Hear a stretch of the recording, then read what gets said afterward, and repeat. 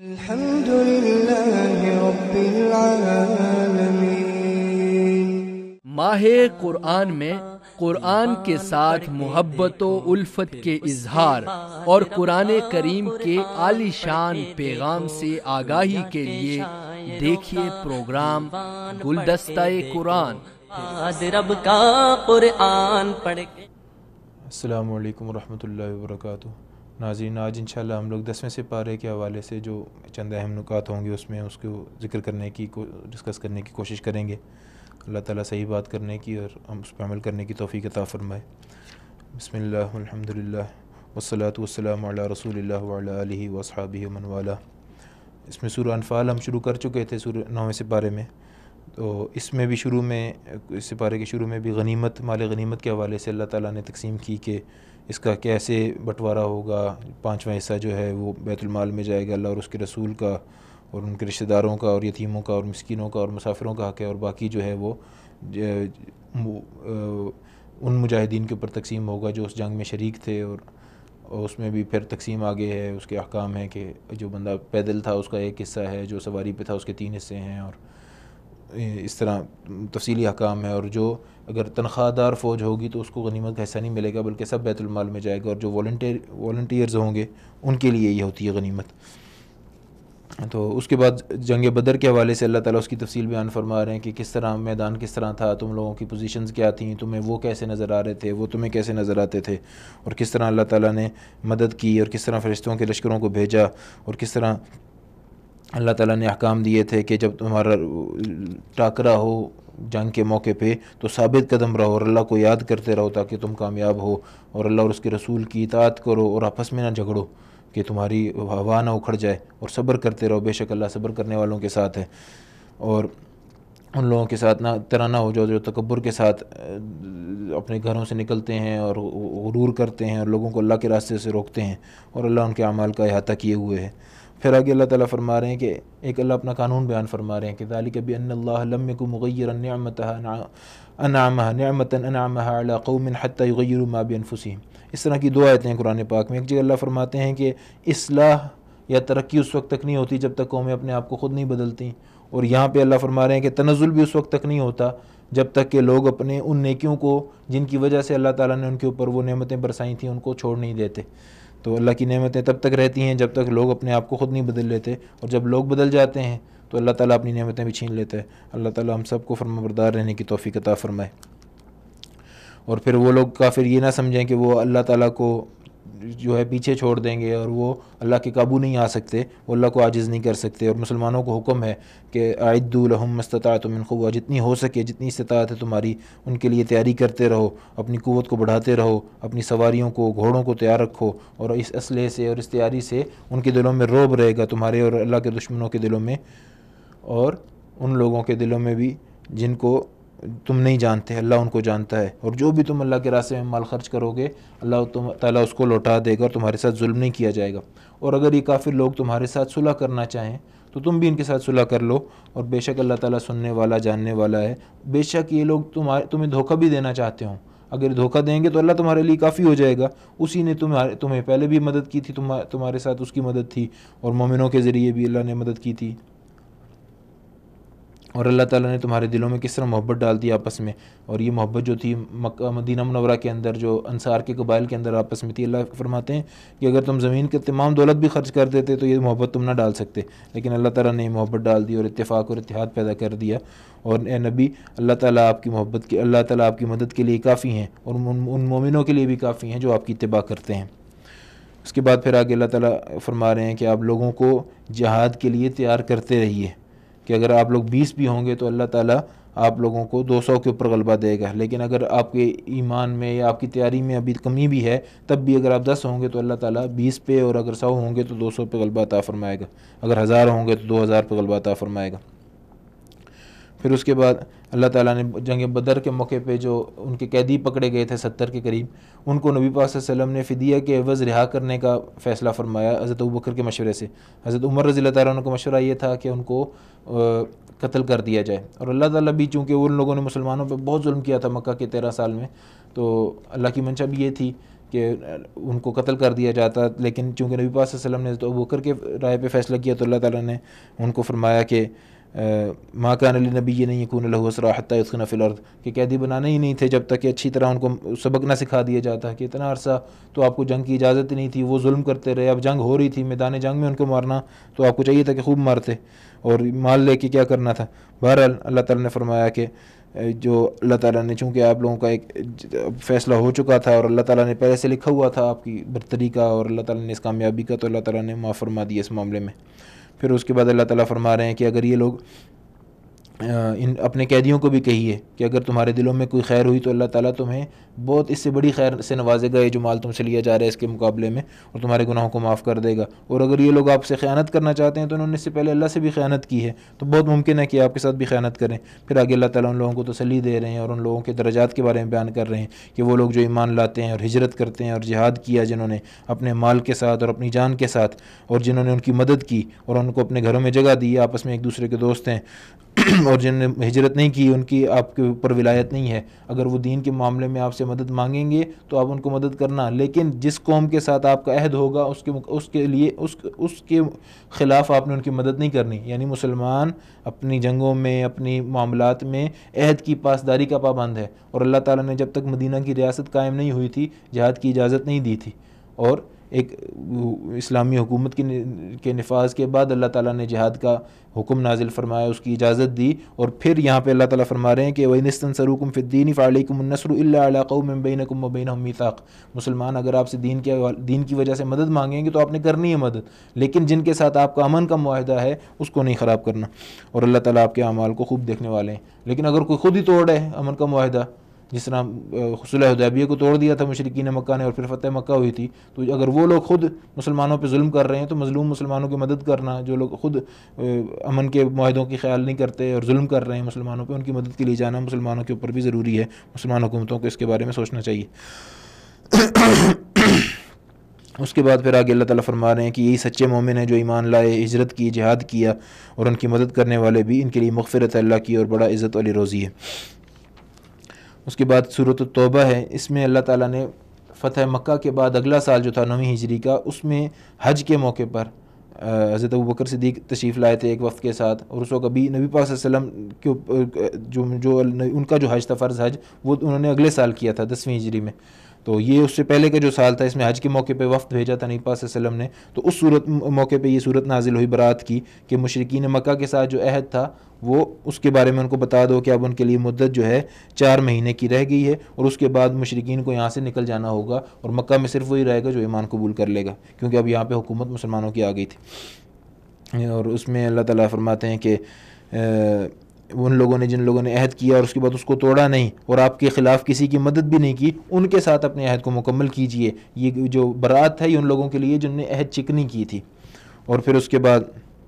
آگے اللہ تعالیٰ فرما رہے ہیں کہ ایسے مشرکین کے ساتھ کیا عہد ہو سکتا ہے اللہ اور اس کے رسول کا، جنہوں نے جو ہے اللہ تعالیٰ کے ساتھ خیانت کی۔ ہاں، جو لوگ قائم رکھیں عہد کو ان کے ساتھ آپ بھی قائم رکھیں، اللہ تعالیٰ تقویٰ کرنے والوں کو پسند کرتا ہے۔ اور پھر اس کے بعد ان لوگوں نے تو آپ کے خلاف لڑنے میں کوئی پرواہ نہیں کی، کوئی کسی چیز کی رعایت کا خیال نہیں کیا، کوئی عہد یا رشتہ داری یا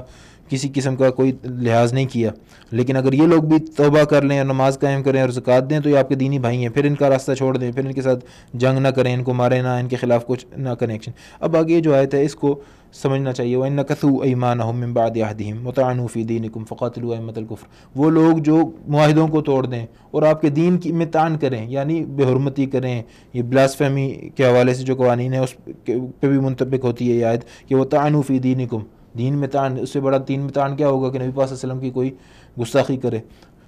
تو ایسی صورت میں ان کے ساتھ آپ کا جو ہے حالت جنگ ہے، فقاتلوا ائمۃ الکفر، ایسے کفر کے جو امام ہیں، جو ایسے بد زبان ہیں اور بد اخلاق ہیں اور نبی پاک صلی اللہ علیہ وسلم کی بے حرمتی کرنے والے یا دین کا مذاق اڑانے والے ہیں، ان کے ساتھ آپ کا جہاد ہے، ان کے ساتھ کوئی صلح نہیں ہے، ان کے ساتھ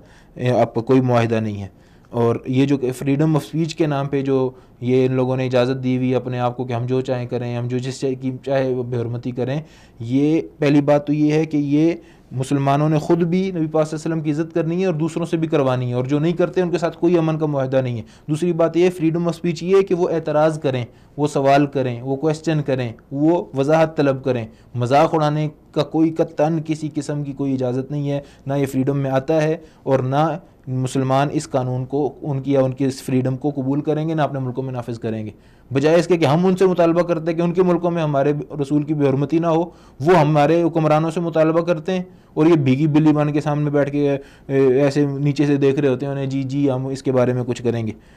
نبی پاک صلی اللہ علیہ وسلم کی حرمت کے حوالے سے لوگوں کو غیرت مند ہونا چاہیے، یہ ایمان کا تقاضا ہے، اللہ سب کو نصیب کرے۔ پھر اس کے بعد آگے اللہ تعالیٰ فرما رہے ہیں کہ جزیے کے حوالے سے آیت ہے، اور اللہ تعالیٰ مسلمانوں کو حالت جنگ میں جب ان کے ساتھ لڑائی ہو تو اس وقت ان کے ساتھ کوئی نرمی برتنے کا حکم نہیں ہے، ہاں جب امن ہو تو اس وقت ظلم اور اعتداء کا کی اجازت نہیں ہے۔ پھر اس کے بعد آگے اللہ تعالیٰ فرما رہے ہیں کہ ان لوگوں کا، مشرکین مکہ کا، بیت اللہ کی تعمیر کرنا اور حاجیوں کو پانی پلانا، کیا یہ ایمان لانے کے برابر ہے اور اللہ کے راستے میں جہاد کرنے کے برابر ہے؟ اللہ کہتا ہے کہ میرے رزق برابر نہیں، اور اللہ ایسے ظالموں کو ہدایت نہیں دیتا۔ وہ لوگ جو ایمان لائے اور ہجرت کی اور جہاد کیا اپنی جان سے بھی اور مال سے بھی، وہ اللہ کے نزدیک بہت بلند درجوں والے ہیں، اور وہی لوگ کامیاب ہونے والے ہیں۔ ان کو ان کا رب بشارت دیتا ہے اور رحمت کی اور اپنی رضامندی کی، اور ان کے لیے باغات ہیں، اور جہاں پہ اللہ تعالیٰ کی طرف سے بہت ساری نعمتیں ہیں، اور ان کے لیے بڑا عزت کا ٹھکانہ ہے، وہاں پہ وہ ہمیشہ رہیں گے، اور بے شک اللہ تعالیٰ کے ہاں بہت بڑا اجر ہے۔ پھر آگے ایمان والوں کو اللہ تعالیٰ تنبیہ کر رہے ہیں کہ اپنے آباء و اجداد کو، اپنے بھائیوں کو دوست نہ بناؤ اگر وہ کفر کو پسند کرتے ہیں ایمان کے مقابلے میں، یعنی مسلمان کی تعلقات کی کسوٹی کا محور جو ہے وہ اللہ کا دین ہے، اور جو تم میں سے ان کو دوست بنائے گا وہ بھی ظالم ہوگا۔ پھر آپ فرما دیجئے ان سے، یہ آیت سنی، یہ کسوٹی ہے جس کے اوپر ہمیں اپنے آپ کو پرکھنا چاہیے۔ قل ان كان آباؤكم وابناؤكم واخوانكم وازواجكم وعشيرتكم واموال اقترفتموها وتجارة تخشون كسادها ومساكن ترضونها احب اليكم من الله ورسوله وجهاد في سبيله فتربصوا حتى يأتي الله بأمره والله لا يهدي القوم الفاسقين۔ کیا فرما دیجئے کہ اگر تمہارے آباء و اجداد، تمہارے بیٹے، تمہارے بھائی، تمہاری بیویاں، تمہارے اہل و عیال، وہ مال جو تم نے کمایا ہے، وہ تجارتیں جس میں خسارے سے تم ڈرتے ہو، وہ گھر جن کو تم پسند کرتے ہو، تمہیں اللہ اور اس کے رسول اور دین کی محنت، اس میں جہاد بھی داخل ہے اور دین کی ویسے اعلاء کی محنت، دین کی اشاعت کی محنت، دین کی فکر، ان سب چیزوں سے تمہیں یہ دنیاوی چیزیں ہیں، وہ جو پہلے رشتے گنوائے ہیں، مال، دولت، تجارت، گھر، رشتہ دار، یہ زیادہ عزیز ہیں، تو فتربصوا حتی یأتی اللہ بامرہ، تو پھر انتظار کرو کہ اللہ تمہارے بارے میں اپنا فیصلہ کر دے۔ مسلمان کے لیے زندگی کا مقصد اچھی ڈگری، اچھی جاب، اچھی بیوی، اچھی گاڑی، اچھا مکان، پھر بچوں کی اچھی شادی، بچوں کی اچھی سکولنگ، بچوں کی اچھی جو ہے ان کی چھٹیاں اچھی گزریں، ان کی ویکیشنز اچھی گزریں۔ مسلمان کی زندگی کا مقصد یہ نہیں ہے، مسلمان کی کسوٹی یہ ہے جس کو اللہ تعالیٰ نے عطا کیا ہے، اور جو اس کو معیار بنا کے زندگی نہیں گزارے گا اس کے بارے میں اللہ تعالیٰ نے یہ علامات کہے ہیں جو آپ کے سامنے ہیں کہ اگر تمہیں یہ سارے رشتے، تمہارا مال، تجارت، اللہ، اس کے رسول اور اس کی دین کی اشاعت، اس کے دین کے لیے کوشش، جدوجہد، موقع ہو، فرض ہو، لازم ہو تو جہاد، اگر ان سب چیزوں سے، اللہ کے دین سے، اللہ کی ذات سے، اللہ کے رسول کی محبت سے، نبی پاک صلی اللہ علیہ وسلم کے بارے میں نبی پاک نے فرمایا لا یؤمن احدکم حتی اکون احب الیہ من والدہ وولدہ والناس اجمعین، اس وقت تک کوئی ایمان والا نہیں ہو سکتا، کامل ایمان والا، جب تک کہ میں اس کو اس کے والد، اس کے بیٹے اور تمام انسانیت سے زیادہ محبوب نہ ہو جاؤں۔ اللہ، اس کے رسول کی محبت، اس کے دین کی اشاعت، اس کے لیے جد و جہد اگر ہمیں اپنی باقی ساری چیزوں سے کم محبوب ہے، کم پسند ہے، ہماری پرائرٹیز میں وہ پیچھے ہے، تو پھر ہمیں ڈرنا چاہیے اس اللہ تعالیٰ کے حکم سے جس کے بارے میں اللہ کہہ رہا ہے کہ اس کا انتظار کرو۔ واللہ لا یہدی القوم الفاسقین، اللہ ایسے فاسق لوگوں کو ہدایت نہیں دیتا۔ اللہ تعالیٰ ہمیں اس میں شمار نہ کرے اور ہمیں اپنی زندگی کو اس کے مقصد کو پورا کرنے کے لیے گزارنے کی توفیق عطا فرمائے۔ پھر آگے اللہ تعالیٰ فرما رہے ہیں کہ اللہ تعالیٰ نے آپ کی مدد کی بہت سارے موقعوں پہ، اور حنین کے موقع پہ بھی، جب آپ کو اپنی کثرت پہ غرور تھا، یعنی فتح مکہ کے بعد 10,000 کا لشکر تھا مسلمانوں کا، آگے 3,000 اور لوگ مسلمان ہو گئے، حنین کی فتح کے لیے طائف کی طرف گئے، وہاں پہ لوگوں نے کہا کہ اب تو ہم فوراً جا کے فتح کر لیں گے کیونکہ اب ہم اتنے زیادہ ہیں اور اب ہمارے پاس اسلحہ بھی ہے۔ تو جب اپنی ذات کے اوپر اور اپنے لشکر کے اوپر اور اپنے جاہ و جلال اور اپنے اسلحے کے اوپر نظر گئی تو اللہ کی مدد ہٹ گئی۔ وضاقت علیکم الارض بما رحبت ثم ولیتم مدبرین، وہاں پہ اچانک ایسا حملہ ہوا کہ سارے دوڑ کے بھاگنے لگے، پھر اللہ نے سکینت نازل کی اپنے رسول کے اوپر اور مومنین کے اوپر، اور وانزل جنود لم تروها، اور اللہ تعالیٰ نے ایسے لشکر کو بھیجا جس کو تم نے دیکھا نہیں تھا مدد کے لیے، اور اللہ نے کافروں کو جو ہے عذاب دیا، پھر اللہ نے مسلمانوں کو معاف کر دیا جس کو چاہا، اور بے شک اللہ تعالیٰ بڑا غفور الرحیم ہے۔ پھر آگے اللہ تعالیٰ فرما رہے ہیں کہ مشرکین جو ہیں یہ نجس ہیں، یعنی ان کے عقائد گندے ہیں، ان کے دل اللہ کو پسند نہیں ہیں، ان کی نجاست معنوی ہے، تو یہ مسجد حرام کے قریب نہ آنے دو، یہ مسلمانوں کے لیے اللہ نے بنائی ہے، اور یہ ہدایت کی جگہ ہے، گناہوں کی بخشش کی جگہ ہے، اور یہاں پہ ساری دنیا سے مسلمان آئیں گے، یہاں پہ ان کے لیے داخلہ بند کر دو۔ اس کے بعد پھر آگے اللہ تعالیٰ فرما رہے ہیں کہ یہودی اور عیسائی جو ہیں یہ کہتے ہیں کہ جی اللہ عزیر اللہ کا بیٹے ہیں، عیسائی کہتے ہیں عیسیٰ علیہ السلام اللہ کے بیٹے ہیں، یہ ان کے منہ کی باتیں ہیں، اور یہ ان لوگوں کی باتیں کرتے ہیں جو ان سے پہلے کافر ہو گئے تھے، اللہ ان کو مارے، یہ کیسی باتیں کرتے ہیں۔ یعنی پھر اب اس کے بعد کچھ لوگ کہتے ہیں کہ یہ عقیدہ رکھنے کے باوجود وہ جنت میں جائیں گے۔ یہ عجیب، ہمیں سمجھ نہیں آتی کہ ہمارا اتنا دل کس طرح بڑا ہو جاتا ہے جہاں پہ اللہ تعالیٰ منع کر رہے ہیں، ہم نے وہ علیحدہ ہی ویزے لگائے ہوئے ہیں۔ پھر اللہ تعالیٰ ان کے بارے میں فرما رہے ہیں اتخذوا احبارهم ورهبانهم اربابا من دون اللہ والمسیح ابن مریم۔ حضرت عدی بن حاتم جو تھے عیسائی تھے، اور وہ تشریف لائے نبی پاک صلی اللہ علیہ وسلم کی خدمت میں حاضر ہوئی۔ آیت جب سنی تو انہوں نے کہا کہ حضور ہم تو عیسائی جب تھے تو ہم اپنے علماء کو پوجتے تو نہیں تھے، ان کو اللہ کے علاوہ بت تو نہیں بناتے تھے، شریک تو نہیں بناتے تھے، تو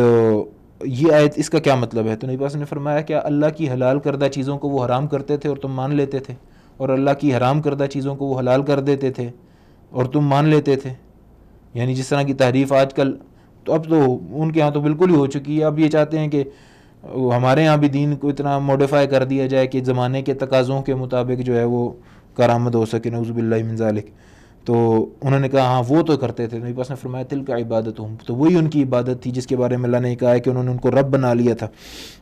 اور انہیں تو حکم یہ تھا کہ اللہ کی عبادت کریں جو اکیلا معبود ہے، اس کے علاوہ کوئی عبادت کے لائق نہیں، وہ پاک ہے اس شرک سے جو الگ کرتے ہیں، اور یہ چاہتے ہیں کہ اللہ کے نور کو پھونکوں سے بجھا دیں، اور اللہ تعالیٰ اس کو پورا کر کے دکھائے گا، اپنے نور کی روشنی کو مکمل کر کے دکھائے گا، انہیں جتنا بھی برا لگے۔ اس نے اس رسول کو بھیجا ہے ہدایت کے ساتھ اور سچے دین کے ساتھ، اور یہ تمام ادیان کے اوپر غالب آ کے رہے گا، جتنا مرضی ان مشرکوں کو برا لگے۔ اور آپ انہیں بتا دیجئے کہ اس سے پہلے بھی ان لوگوں کے علماء میں ایسے لوگ ہوتے تھے جو لوگوں کا مال باطل طریقے سے کھاتے تھے اور لوگوں کو اللہ کے راستے سے روکتے تھے، اور وہ لوگ جو سونے چاندی کے ذخیرے بناتے ہیں اور اس کو اللہ کے راستے میں خرچ نہیں کرتے۔ یہاں خرچ کرنے سے مراد نبی پاک صلی اللہ علیہ وسلم سے استفسار کے بعد واضح ہوئی تھی کہ یہاں خرچ سے مراد زکوٰۃ ہے، جو زکوٰۃ دے سکتا ہے وہ اپنا مال رکھ سکتا ہے، بہتر یہ صدقہ کر دے، لیکن فرض ادا کرنے کے بعد جان چھوٹ جائے گی، عذاب نہیں ہوگا۔ لیکن اگر زکوٰۃ بھی نہیں دیتا تو پھر تو اس مال کو جہنم کا توق بنایا جائے گا، اسے داغ کے یوم یحمى علیہا فی نار جہنم فتقوی بہا جباہہم وجنوبہم وظہورہم، کہ قیامت والے دن اسی مال کو اللہ تعالیٰ جہنم میں سینکے گا، اور اس سے پھر ان کے ماتھوں کو، ان کی پیٹھوں کو جو ہے اس سے داغ لگائے گا، جس طرح وہ اس کے کیا وہ اسٹیمپ کی طرح جو ہوتا ہے وہ لگائیں گے۔ پھر اس کے بعد آگے اللہ تعالیٰ فرما رہے ہیں کہ ایمان والو، غزوہ تبوک کے حوالے سے آیتیں ہیں کہ اس میں روم والوں کے خلاف شام کے بارڈر پہ، تبوک کی جگہ پہ جہاں پہ ابھی اردن کا بارڈر ہے، اس وقت اردن اور شام ایک ہی ملک تھا، اور یہاں پہ عیسائیوں کی حکومت تھی، اور وہ لوگ حملہ کرنے کی سوچ رہے تھے مسلمانوں پہ۔ 9 ہجری کا واقعہ ہے، جب انہوں نے دیکھا کہ عرب کو تو انہوں نے فتح کر لیا، ہماری طرف آ سکتے ہیں، تو نبی پاک صلی اللہ علیہ وسلم کو جب یہ خبریں ملیں کہ وہ اس طرف سے پلان کر رہے ہیں، تو آپ صلی اللہ علیہ وسلم نے فرمایا کہ ہم اپنا لشکر وہاں پہ بارڈر پہ ہی لے جائیں گے تاکہ انہیں اس طرف آنے کی ہمت ہی نہ ہو۔ تو غزوہ تبوک اس کو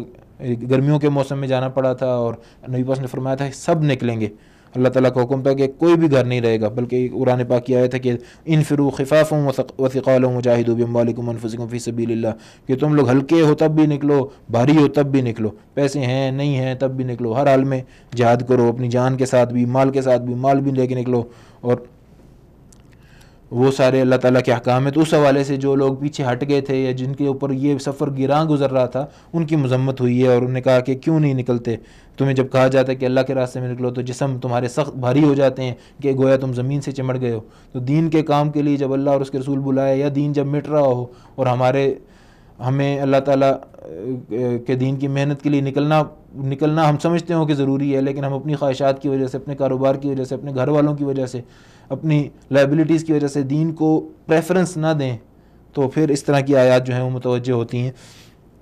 یہ نہیں کہا جا رہا کہ دنیا کو بالکل چھوڑ دیا جائے، لیکن یہ بھی نہیں کہا جا رہا کہ دنیا میں اتنے کھب جائیں کہ اپنی نمازیں بھی پڑھ کے احسان جتلائیں کہ جی ہم نے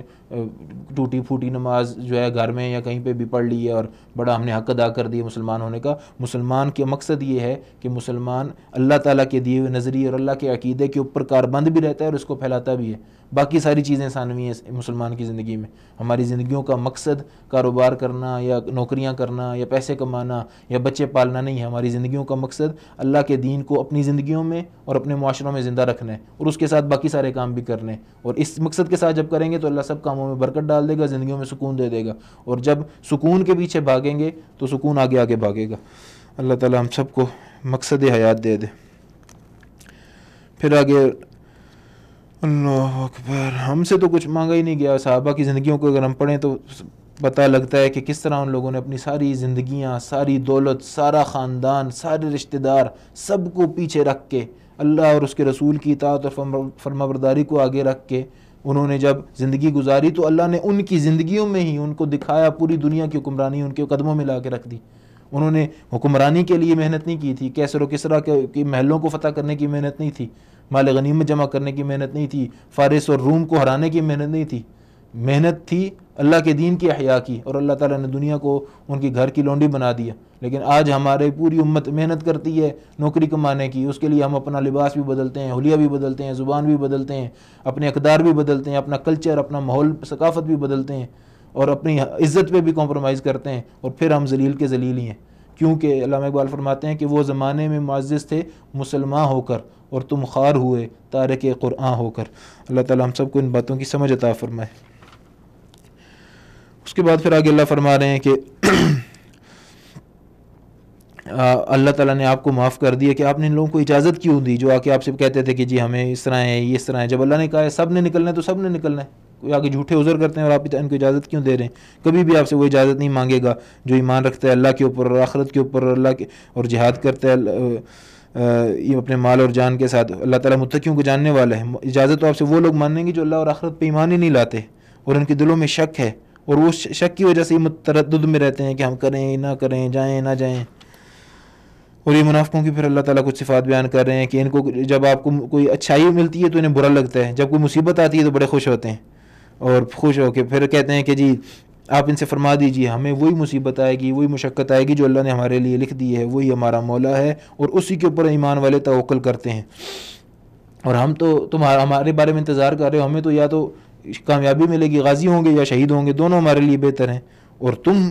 جو ایمان کے مقابلے میں دین سے بھی پیچھے ہٹ رہے ہو, اللہ کے دین کی محنت کرنے والوں کا بھی مذاق اڑا رہے ہو, تم کس چیز کا انتظار کر رہے ہو؟ پھر اللہ تعالیٰ فرما رہے ہیں کہ منافقین کے مال اور اولاد سے آپ جو ہیں تعجب کا سے آپ عام لفظوں میں کہہ سکتے ہیں کہ آپ کو یہ امپریس نہ کریں, اور بے شک اللہ تعالیٰ چاہتا ہے کہ ان مال اور اولاد کی وجہ سے دنیا میں بھی ان کو آزمائے گا, اور یہ ان کی روح ایسی حالت میں نکلے گی کہ کفر کرتے ہوں گے. اور یہ پھر قسمیں اٹھا کے کہتے ہیں کہ انہم لمنکم وما, یہ آپ لوگوں میں سے نہیں ہے, ولکنہم قوم یفرقون. اللہ کی شان یہ اس وقت دین کا معیار یہ تھا کہ منافق قسمیں اٹھا کے کہتے تھے کہ ہم مومن ہیں, اور آج دین کا معیار ہمارے معاشروں میں اس سطح پہ آ کے ہے کہ مومن اپنے آپ کو چھپاتے پھرتے ہیں یا اپنے حلیے کی وجہ سے اپنے آپ کو ظاہر نہیں کرتے کہ ہم مسلمان ہیں, کیونکہ ہمارے معاشروں میں اسلام اور ایمان کی کوئی وقت ہی نہیں رہی. اب ہمارے کہتے ہیں کہ جی پاسپورٹ پہ نہ ہی ہو یہ اسلام کا خانہ تو بہتر ہے. کچھ لوگ کہتے ہیں جی ہم نام کے اندر جی محمد نہ لکھا کریں, اس طرح کے اسلامی نام نہ رکھا کریں بہت زیادہ, اس کی وجہ سے جو ہے جب ہم جاتے ہیں ٹریول کرتے ہیں تو ہمیں بڑی پرابلمز ہوتی ہیں. اللہ دیو بندے ہو, اللہ تعالیٰ ہم سب کو ایمان. اللہ تعالیٰ فرماتے ہیں کہ ومن احسن قولا ممن دعا الی اللہ وعمل صالحا وقال اننی من المسلمین. اس سے اچھی کس کی بات ہو سکتی ہے جو لوگوں کو اللہ کی طرف بلائے اور خود بھی اچھے کام کرے اور پراؤڈلی کہے, فخر سے کہے, شکر ادا کر کے کہے کہ میں مسلمانوں میں سے ہوں, اپنا تعارف خود کرائے, اپنے اسلام کے اوپر اسے شرمندگی نہ ہو. اللہ تعالیٰ کو اس کے اوپر فخر ہے. اللہ تعالیٰ اس کے بارے میں کہتے ہیں کہ ومن احسن قولا ممن دعا الی اللہ, اس سے بہتر کس کی بات ہے. اللہ تعالیٰ ہم سب کو اس کیٹیگری میں ڈال دے. اس کے بعد پھر آگے زکوٰۃ کے مصارف بیان ہوئے ہیں کہ یہ صدقات جو ہیں یہ فقراء کے لیے ہیں, مساکین کے لیے ہیں, اور جو اس کے اوپر کام کرتے ہیں ان لوگوں کے لیے ہیں, اور لوگوں کو دین کے قریب کرنے کے لیے, تالیف قلبی کے لیے ہیں, اور غلاموں کو آزاد کرانے کے لیے ہیں, اور مقروضوں کے لیے ہیں, اور اللہ کے راستے کے لیے ہیں, اور مسافروں کے لیے ہیں. یہ اللہ کی طرف سے فرض ہے, اور اللہ تعالیٰ بڑا علم رکھنے والا, بڑی حکمت رکھنے والا ہے. اس کے بعد پھر آگے اللہ تعالیٰ فرماتے ہیں کہ یہ لوگ منافق آ کے آپ کے پاس قسمیں کھاتے ہیں، اٹھا کے آ کے قسمیں کھاتے ہیں کہ ہم لوگ اس وجہ سے نہیں گئے، ہم اس وجہ سے نہیں گئے تاکہ آپ کو راضی کر لیں، اور اللہ اور اس کے رسول زیادہ اس بات کا مستحق ہے، وہ حقدار ہے کہ ان کو راضی کیا جائے اگر یہ لوگ مومن ہیں۔ کیا یہ جانتے نہیں ہیں کہ جو اللہ اور اس کے رسول کے ساتھ ٹکراؤ کرے گا تو اس کے لیے جہنم کی عذاب ہے، اور یہ بہت بڑا ضلالت والی جگہ ہے، اور یہ لوگ ڈرتے ہیں کہ ان کے بارے میں کوئی صورت نازل نہ ہو جائے۔ ان سے آپ فرمائیے کہ تم مذاق اڑاتے رہو، ان اللہ مخرج ما تحذرون۔ اور یہ غزوہ خیبر کے موقع پہ جب جا رہے تھے تو کچھ منافقوں نے صحابہ کا مذاق اڑایا تھا کہ یہ لوگ جنگ میں بھاگ جاتے ہیں اور کھانے پینے کے شعر ہیں، اس طرح کی ان کی باتیں کی، تو یہ آتی ہیں اس موقع پہ نازل ہوئی۔ آپ اندازہ لگائیں کہ اللہ تعالیٰ صحابہ کی گستاخی کو قل اب اللہ و آیاتہ و رسولہ کنتم تستہزئون سے تعبیر فرما رہے ہیں، کیا تم اللہ کی اور اس کے رسول کی اور اس کی آیتوں کے مذاق اڑاتے ہو؟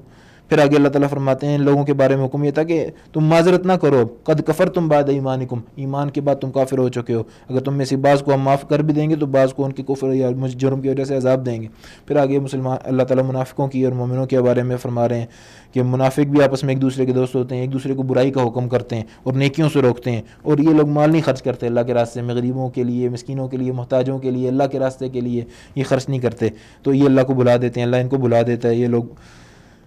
بڑے گناہ گار ہیں، اللہ معاف کرے۔ اللہ تعالیٰ منافقوں سے، مردوں سے اور عورتوں سے اور کفار سے وعدہ کیا ہے اللہ تعالیٰ جہنم کی عذاب کا، اور وہی ان کو کافی ہے، اور اللہ کی لعنت ہے ان کے اوپر، اور بہت بری جگہ ہے۔ اللہ تعالیٰ ہمیں بچائے تو استغفار۔ اللہ اکبر۔ اس سے پہلے لوگ بھی جو تھے بہت سارا ان کے پاس مال اور اولاد تھی اور بڑی چیزیں تھیں، انہوں نے بھی دنیا کی نعمتوں میں مزے کیے، اور یہ لوگ بھی کریں گے، اور ان کے اعمال ضائع ہو جائیں گے دنیا اور آخرت میں، اور خسارہ اٹھانے والوں میں سے ہوں گے۔ اس سے پہلے بھی قوموں کی واقعات اللہ نے آپ کو سنایا، قوم نوح، عاد، سمود اور ابراہیم علیہ السلام اور شعیب علیہ السلام کی قوم، وہ سارے ان کے پاس بھی اللہ کے رسول آتے تھے، اور اللہ تعالیٰ نے ان کے اوپر ظلم نہیں کیا، بلکہ وہ اپنے اعمال ان کے ایسے ہوتے تھے کہ وہ اپنے اوپر خود ظلم کرتے تھے، پھر اللہ کا عذاب آتا تھا۔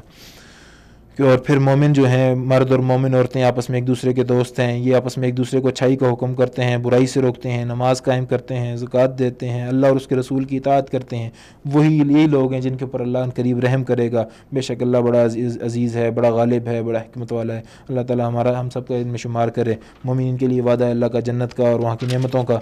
اور اللہ تعالیٰ وہاں پہ خوبصورت گھر عطا فرمائے گا، اور اللہ کی رضوان من اللہ اکبر، اللہ کی رضا جو ہے، اللہ کی رضامندی جو ہے بہت بڑی چیز ہے، کہ وہاں پہ اللہ کبھی ناراض نہیں ہوگا پھر۔ اور حالت جنگ کے حوالے سے اللہ فرما رہے ہیں کہ کافروں کے ساتھ اور منافقین کے ساتھ آپ شدت دکھائیں، اور ان کا ٹھکانہ جہنم ہے اور بہت بری جگہ ہے وہ۔ اور ایک قسمیں اٹھا کے کہتے ہیں کہ انہوں نے کفر کی بات نہیں کی، بلکہ انہوں نے کی ہے کہ کلمہ کفر کہا ہے اور اسلام کے بعد کافر ہو گئے۔ اور اس کے بعد اور یہ لوگ ایسے ہیں کہ کہتے ہیں کہ اگر اللہ پیسے دے گا تو ہم اللہ کے راستے میں خرچ کریں گے، اور جب اللہ دیتے ہیں تو پھر اس کے بعد بخیل ہو جاتے ہیں۔ اللہ کو بخل نہیں پسند۔ اللہ تعالیٰ کئی جگہوں پہ یہ آتے ہیں وَمَن یُوقَ شُحَّ نَفْسِهِ فَأُولَٰئِکَ ہُمُ الْمُفْلِحُونَ، جو اپنے بخل سے نکل جاتا ہے وہ کامیاب ہوتا ہے۔ ہاں، اسراف نہیں کرنا چاہیے اور بلا وجہ خرچ نہیں کرنا چاہیے۔ اللہ تعالیٰ میانہ روی سے خرچ کرنے کے بارے میں بھی اللہ تعالیٰ نے تعریف کی ہے اس بات کی، ہم پڑھیں گے، سورہ فرقان میں بھی ہے، سورہ کہف میں بھی ہے۔ لیکن اللہ تعالیٰ کو کنجوسی نہیں پسند کہ لوگ بھوک سے مر رہے ہیں اور اس کا میرا بینک بیلنس نہ تنگ ہو۔ جی، لوگ بیچارے بیماریوں سے مر رہے ہیں، بھوک سے مر رہے ہیں، ان کی بار جدادیں بن رہی ہیں، پتہ نہیں اللہ ہدایت دے، کیا کہہ سکتے ہیں، اللہ معاف کرے۔ پھر منافقین کے حوالے سے نبی پاک صلی اللہ علیہ وسلم کو اللہ تعالیٰ فرما رہے ہیں کہ آپ ان کے لیے استغفار کریں نہ کریں برابر ہے۔ یہ جب عبداللہ بن ابی مرا تھا رئیس المنافقین، حضرت عائشہ صدیقہ رضی اللہ تعالیٰ عنہ کے اوپر جس نے تہمت لگائی تھی، اور اللہ تعالیٰ نے اس کو منافقوں کا سردار بنایا، اور جب وہ مرا تو اس کا بیٹا آیا کہ شاید میرے باپ کی بخشش ہو جائے، وہ صحابی تھے۔ نبی پاک صلی اللہ علیہ وسلم جانے لگے جنازے کے لیے، اللہ تعالیٰ نے منع فرما دیا کہ آپ 70 دفعہ بھی مغفرت مانگیں تو میں نہیں دوں گا، کیونکہ یہ کافر تھا، اللہ اس کے رسول کا انکار کیا تھا، اللہ تعالیٰ فاسقوں کو ہدایت نہیں دیتا۔ اور اس بات پہ خوش ہو جاتے ہیں کہ آپ اور آپ کے صحابہ جو ہیں جا کے جنگ کریں، اور یہ پیچھے گھر بیٹھے رہیں اپنے، اور آگے سے لوگوں کو بھی کہتے ہیں لا تنفروا فی الارض، بڑی گرمی ہے نہ جانا، انہیں کہہ دیجئے نار جہنم اشد حرا لو کانوا یفقہون، جہنم کی آگ اس سے زیادہ گرم ہے اگر انہیں بات سمجھ آ جائے۔ اللہ تعالیٰ ہمیں بھی گرمیوں میں نماز کے لیے جانے کی توفیق عطا فرمائے۔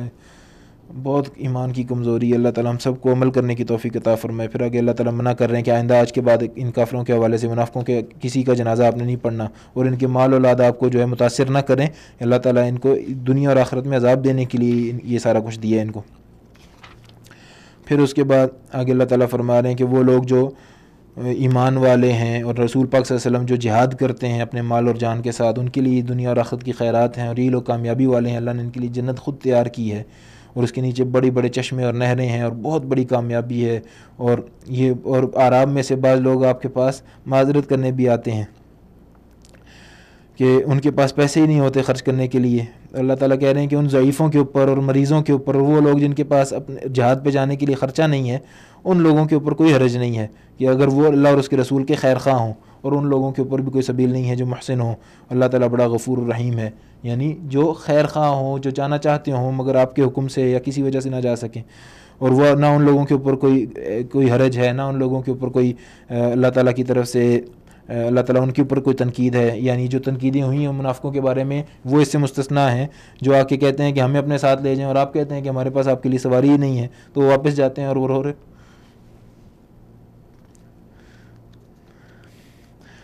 اللہ تعالیٰ ناراض تو ان سے ہوتا ہے جو آ کے اجازتیں مانگتے ہیں اور وہ غنی ہیں، یا اللہ تعالیٰ